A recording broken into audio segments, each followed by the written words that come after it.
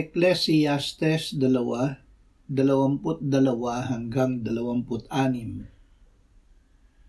Ano ang natatamo ng tao sa lahat ng kanyang ginagawa at pinagpaguran sa ilalim ng araw? Sapagkat lahat ng kanyang araw ay puno ng sakit at ang kanyang gawa ay pagdaramdam. At pati sa gabi ay hindi nagpapahinga ang kanyang isip. Ito man ay walang kabuluhan. Walang mabuti sa tao kundi ang kumain at uminom at magpakaligaya sa kanyang pinagpaguran. Nakita ko na ito man ay mula sa kamay ng Diyos, sapagkat sinong makakakain o sinong makapagtataglay ng kagalakan na hiwalay sa Kanya. Sapagkat ang tao na kinalulugdan ng Diyos ay binibigyan niya ng karunungan, kaalaman at kagalakan.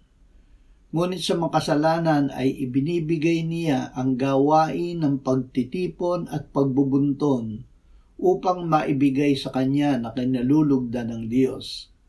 Ito man ay walang kabuluhan at pakikipaghabulan sa hangin. Masiyahan sa mga nagmula sa kamay ng Diyos. Ito ang buong katungkulan ng tao.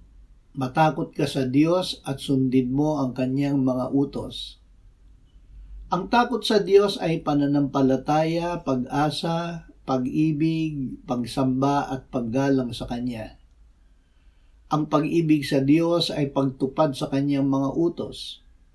Ibigin natin ang Diyos ng ating buong puso, isipan, kaluluwa at lakas.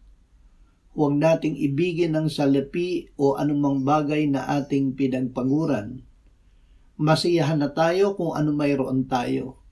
Ito ay mula sa kamay ng Diyos na nagsabi, sa anumang paraan ay hindi kita iiwan o pababayaan man. Kaya't panatag nating masasabi, ang Panginoon ang aking katulong, hindi ako matatakot.